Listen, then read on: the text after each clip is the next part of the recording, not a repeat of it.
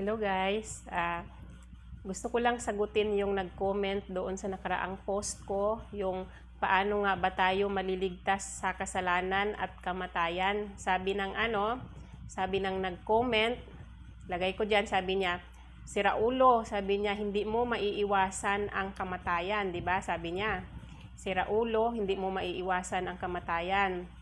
Totoo po, kung sino ka man na nag-comment nun, maraming salamat sa comment mo. God bless you po. Totoo po yung sinasabi nyo na hindi po natin maiiwasan talaga ang kamatayan. Yun po yung first death. Lahat tayo mamamatay. Pero ang first death po, yun po yung physical death natin. Yung katawan natin mamamatay. Kapag oras na talaga natin na mamatay, lahat tayo dadaan dyan sa kamatayan dahil hiram lang natin yung buhay natin. Kailangan nating ibalik sa Diyos yung buhay na hiram natin. Ang tinutukoy ko pong kamatayan dyan sa pinost ko ay yung second death. O diba?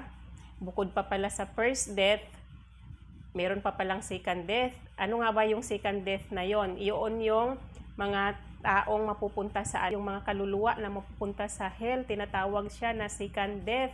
Bakit nga ba siya tinatawag na second death? Iano ko sa inyo ha, basahin ko yung Bible na nagpapatunay na ang hell ay second death talaga siya. Basahin natin yung Revelations chapter 20 verse 10. Nakalagay dito. And the devil who had deceived them was thrown into the lake of fire and sulfur, where the beast and the false prophet were, and they will be tormented day and night forever and ever. Nakalagay dito, di ba? Kaya siya tinatawag na second death kasi forever siyang pahirap, guys. Ano siya? Lake of fire. Napapaligiran siya ng apoy. Walang pahinga doon, mapaaraw man at saka gabi, talagang pahirap siya. Ito yung pagdi-describe sa hell. At saka nakalagay pa dito, Matthew 13:50. And throw them into the fiery furnace.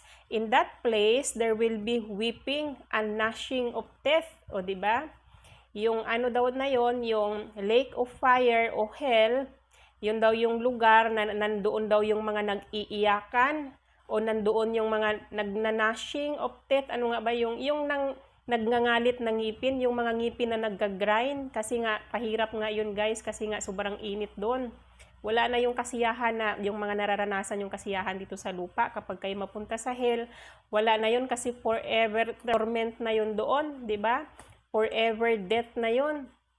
Parang ano na yun, yung forever na kamatayan na yun. At saka pag nandoon na kayo sa hell na yun, hindi na kayo kayang i-save doon ni God kasi judgment na sa inyo yun. Kaya habang may chance pa kayo, habang may pagkakataon pa kayo na para baguhin nyo yung sarili nyo, magbalik loob sa Diyos, kilalanin si Jesus Christ na bilang tagapagligtas at magsisir sa lahat ng mga kasalanan, di ba?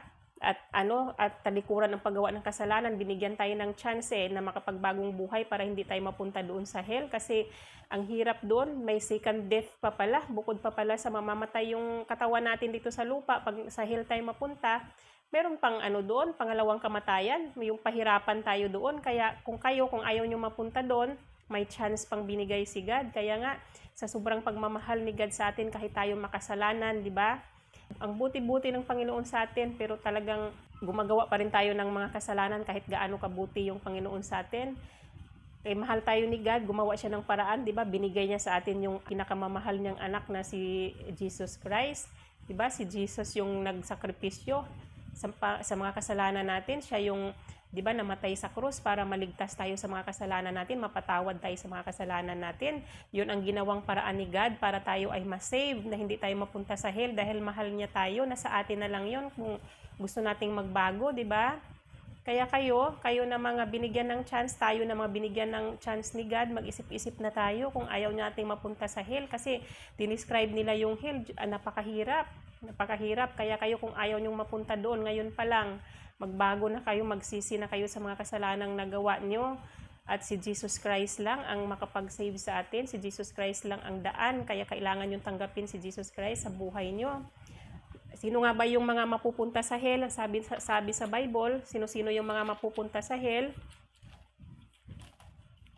Sabi dito sa Revelations 21:8, explains the second death in the most detail. The cowardly, ito na yung mga duwag, mga hindi lumalaban ng patas sa buhay. The unbelieving, ito na yung mga non-believers na hindi naniniwala sa Panginoon, hindi naniniwala kay Jesus Christ, hindi naniniwala sa Diyos Ama na makapangyarihan sa lahat, di ba? The vile, ito na yung mga suklam na tao na gumagawa ng kasamaan. Ito, the murderers, ito yung mga pumapatay ng tao. The sexually immoral, ito yung mga nakikipag-sex outside marriage, di ba? Yung mga hindi pa kasal, nakikipagtalik na sila, o di kaya ito yung mga nagmamasturbate, ito yung mga nagnanasa sa kapwa nila, pinagnanasaan nila yung kapwa nila. Yan yung sexually immoral. Those who practice magic arts, o yung mga nagpa-practice na ng mga yung mga black magic na yan, mga spells na yan, ito na yun sila. The idolaters, o yung mga sumasamba sa mga Diyos-Diyusan, sumasamba sa mga kapwa, mga kapwa-tao lang. And all liars, mga sinungaling, yan, mapupunta sa hell. Their place will be in the fiery lake. Fiery lake at saka hell, isa lang to. Of burning sulfur.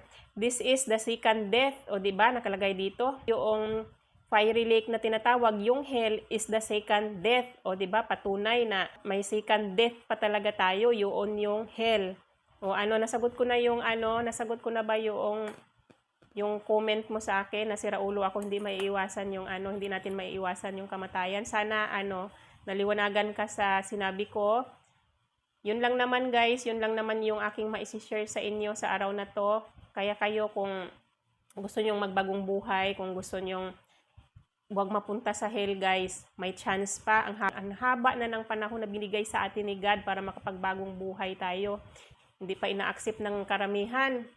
Sana maliwanagan ang isip ng bawat isa na kailangan na talagang magbagong buhay, kailangan nang i-accept si Jesus Christ bilang tagapagligtas, bilang daan, bilang savior tungo sa kaligtasan natin guys. Kayo kung ayaw nyo mapunta sa hell, ngayon na umaksyon na kayo. Ngayon na kung ayaw nyo mapunta sa hell bago pa mahuli ang lahat guys, bago pa dumating yung second coming of Jesus Christ.